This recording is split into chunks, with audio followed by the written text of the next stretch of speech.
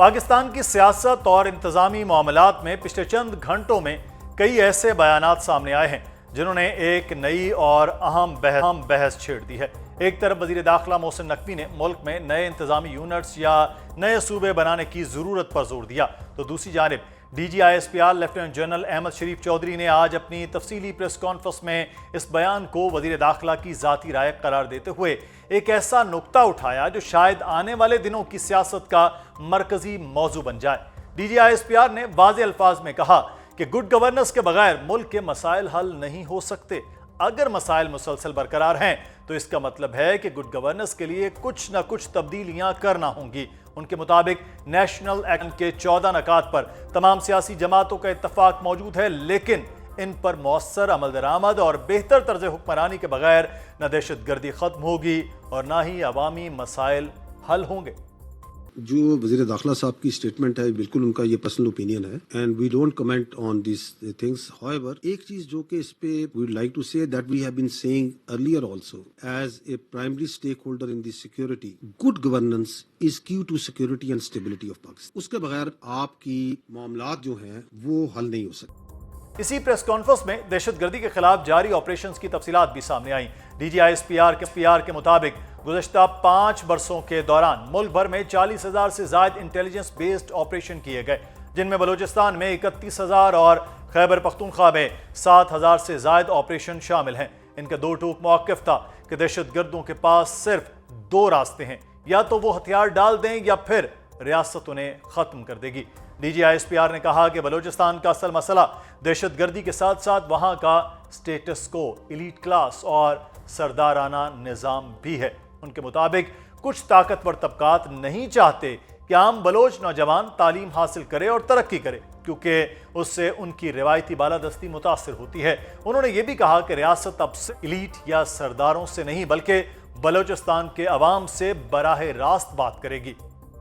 کروائیں گے، ہم دہشت گردی کے بارے میں بات کریں گے، ہم یہ کہیں گے کہ بلوچستان تو ہاتھ سے نکل رہا ہے، کیا ہو رہا ہے، آئے ہم سے بات کریں، ٹاک ود اس، ہمیں اپیز کریں جس طرح آپ پہلے کرتے آ رہے۔ نو مور، we don't want to talk to you. We'll talk with the actual stakeholder, which are the people of Balochistan. You are not the actual stakeholder. You are only stakeholder in your own personal and in your own family's fortune, not in the people of Balochistan. یہ انہیں problem ہے کہ ہمیں کیوں نہیں appease کیا جائے، ہمارے آ کے پیروں کا ہاتھ کیوں نہیں لگایا جا رہا۔ D G I S P R نے ہارٹ اسٹیٹ کے حوالے سے بھی اہم وضاحت کی۔ ان کا کہنا تھا کہ پاکستان میں آئین اور قانون سب کے لیے برابر ہے، اور ہارٹ اسٹیٹ کا مطلب ہرگز یہ نہیں کہ فوج ریاست چلا رہی ہے، بلکہ اس کا مطلب یہ ہے کہ ہر فیصلہ آئین اور قانون کے مطابق ہو۔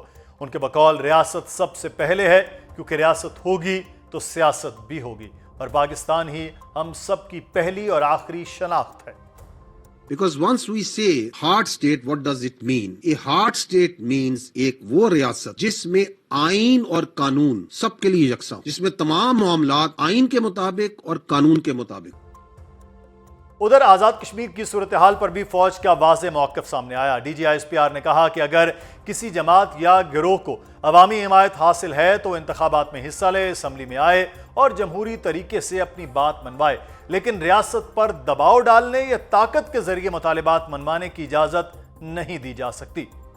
لیکن اس بار واردات جو سی ہے تھوڑی سی باریک ہے۔ باریک یہ ہے کہ اس کے پیچھے رکھا ایک حقوق کا لبادہ، وہ جو میں نے آپ کو شروع میں عرض کی نا کہ آپ کی حقوق رائٹس، کیونکہ یہ تو ہم نے ذہن میں ڈالنا ہی نہیں کہ یار ہماری آبلیگیشنز کیا ہیں، کہ ہمیں یہ حق چاہیے۔ Let me not go into the details, but I am one thing we are very clear کہ اگر پاکستان کا سب سے لاڈلا جو بچہ ہے نا وہ کشمیر ہے، سب سے لاڈلا ہمارا بچہ پاکستان کا، سارے اس ریاست کے بچے ہیں نا، میں آپ سارے، ریاست ماں اور باپ کی جگہ ہوتی ہے نا، اس کا لاڈلا ترین بچہ کشمیر۔ اگر حقوق کی بات کی جائے، اگر فیکٹس اینڈ فگرز پہ بات کی جائے، اگر وسائل پہ بات کی جائے، تو سب سے لاڈلا ہے۔ تو حقوق کے اوپر انہوں نے گیم چلائی۔ ریاست نے کہا کہ ریاست کو اس وقت بھی اندازہ تھا کہ ان کے پیچھے جو ہے نا یہ چیزیں، کہا کہ یہ خود ایکسپوز ہوں گے اور ایکسپوز ہوئے، because then they started coming to their actual agenda. The actual agenda started from کہ جی وہ جو وہاں سے کشمیری آئے ہیں ان کی نمائندگی نہیں ہونی چاہیے، اور اس لیے نہیں ہونی چاہیے کہ اس لیے نہیں کہ آزاد جموں اینڈ کشمیر کی اسمبلی نے کہا ہے، اس لیے کہ ہم نے کہا ہے آپ آئینی اور قانونی طریقے سے جو کرنا چاہتے ہیں کریں، اگر نہیں آئین قانون سائڈ پہ ڈنڈے کے زور پہ کریں۔ تو منوپلی آف وائلنس تو صرف اسٹیٹ کے پاس ہوتی ہے میرے بھائی۔ اگر منوپلی آف وائلنس اور موب کو دے دیں then everyone can come with his own demands and his own ideas۔ دوسری جانب 26ویں اور 27ویں آئینی ترمیم کے بعد پاکستان میں 28ویں ترمیم کی بازگشت جاری رہی۔ نئے صوبے اور NFC کے معاملے پر قیاس آرائیاں ہوتی رہیں۔ پہل یہ کہا جاتا رہا کہ مجوزہ ترمیم وسائل کی تقسیم کے لیے ہوگی اور بجٹ سے پہلے آ جائے گی، لیکن 28ویں آئینی ترمیم بجٹ سے پہلے پیش نہیں ہوئی۔ وفاق اور صوبوں کے درمیان ایک ارینجمنٹ کے تحت صوبوں نے ایک خاطر خواہ رقوم وفاق کے حوالے کی، جس کے بعد 28ویں آئینی ترمیم کے حوالے سے یہ تاثر تھا کہ چونکہ وفاق اور صوبوں کے درمیان وسائل کی تقسیم کا مسئلہ حل ہو چکا، اس لیے شاید اب ترمیم کی ضرورت نہیں رہی۔ لیکن گزشتہ روز وزیر داخلہ محسن نقوی کے بیان نے مجوزہ 28ویں آئینی ترمیم کے معاملے کو ایک بار پھر تازہ کر دیا۔ ان کا کہنا تھا کہ موجودہ انتظامی ڈھانچہ اپنی افادیت کھو چکا ہے اور ترقی کے لیے نئے انتظامی یونٹس یا نئے صوبے ناگزیر ہو چکے ہیں۔ میں آپ کو صرف یہ بتا سکتا ہوں کہ آپ 10 سال بعد بھی یہیں بیٹھے ہوں گے اور اسی طرح تقریر کر رہے ہوں گے اور اسی طرح اپنے مسئلے بیان کر رہے ہوں گے۔ اس نے ایسے کا ایسا رہنا ہے، کیونکہ یہ سسٹم جس کے اندر ہم رہ رہے ہیں یہ کولیپس کر چکا ہے۔ آپ مانے نہ مانے، حل ایک ہے۔ میں میاں عامر صاحب کی پریزنٹیشن پوری بڑے غور سے دیکھی ہے، سنی ہے، سب کچھ ہے۔ میں نہیں کہتا کہ اس کو کس طرح لے کے جائیں، کس طریقے سے لے کے جائیں، لیکن آپ کو ایڈمنسٹریٹو یونٹس، صوبے، اس کو جو مرضی نام دے دیں، اس کو لے کے جانا پڑے گا عوام کی سطح پر۔ آپ جب تک وہ نہیں لے کے جائیں گے، آپ کا ہر سال قرضہ بڑھتا جا رہا ہے، چاہے اس کو جس طرح مرضی آپ بیلنس کریں۔ آپ 16 گھنٹہ کام کرنے والا وزیر اعظم جو مرضی کر لیں، جب تک اس سسٹم کو ری سیٹ نہیں کریں گے آپ، اس کے لیے جیسے بھون صاحب نے بات کی کہ تمام پولیٹیکل پارٹیز کو ایک کمرے میں بیٹھنا پڑے گا، چاہے وہ ایک دن بیٹھیں، چاہے وہ ایک مہینہ بیٹھیں، چاہے وہ اس کو ایک سال بیٹھیں، ان کو ان نئے یونٹ صوبوں سے لے کے اپنے ملک کا ایک ایک ایشو بیٹھ کے سیٹل کرنا پڑے گا۔ جب تک یہ لوگ نہیں کریں گے، جب تک یہ اکٹھے نہیں بیٹھیں گے اور اس چیز کو تبدیل نہیں کریں گے، یہ ملک اسی حالت میں رہے گا۔ شہباز شریف صاحب کے متعلق میں نے آنکھوں سے دیکھا ہے،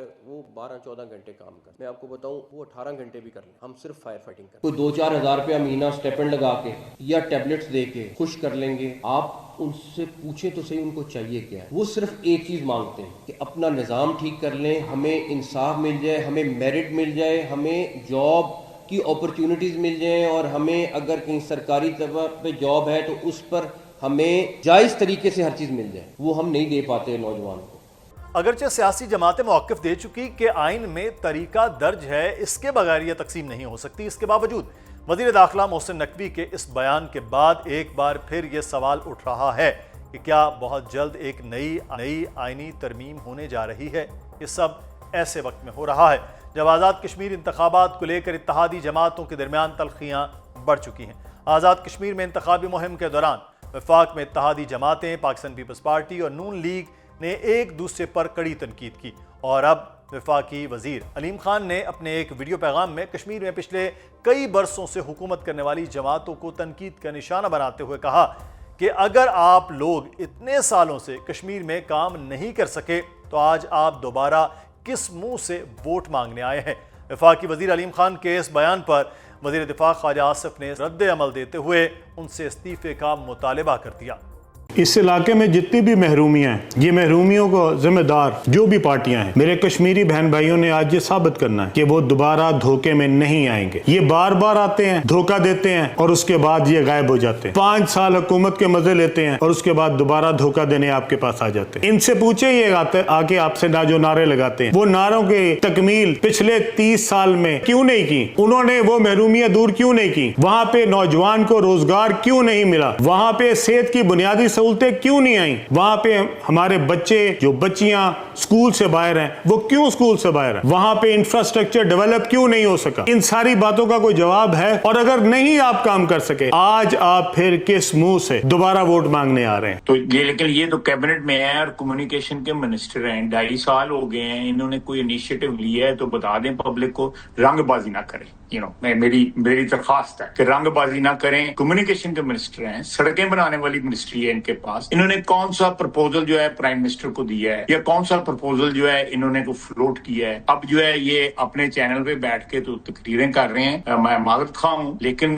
یہ پہلے جو پچھلے سال جو تباہی مچائی ہوئی ہے انہوں نے راوی کے کنارے، اس کا تو لوگوں کا اتھرو شترو پونج نظر آنا دے، ان کے آنسو بھی تو پوچھیں، ان کے جو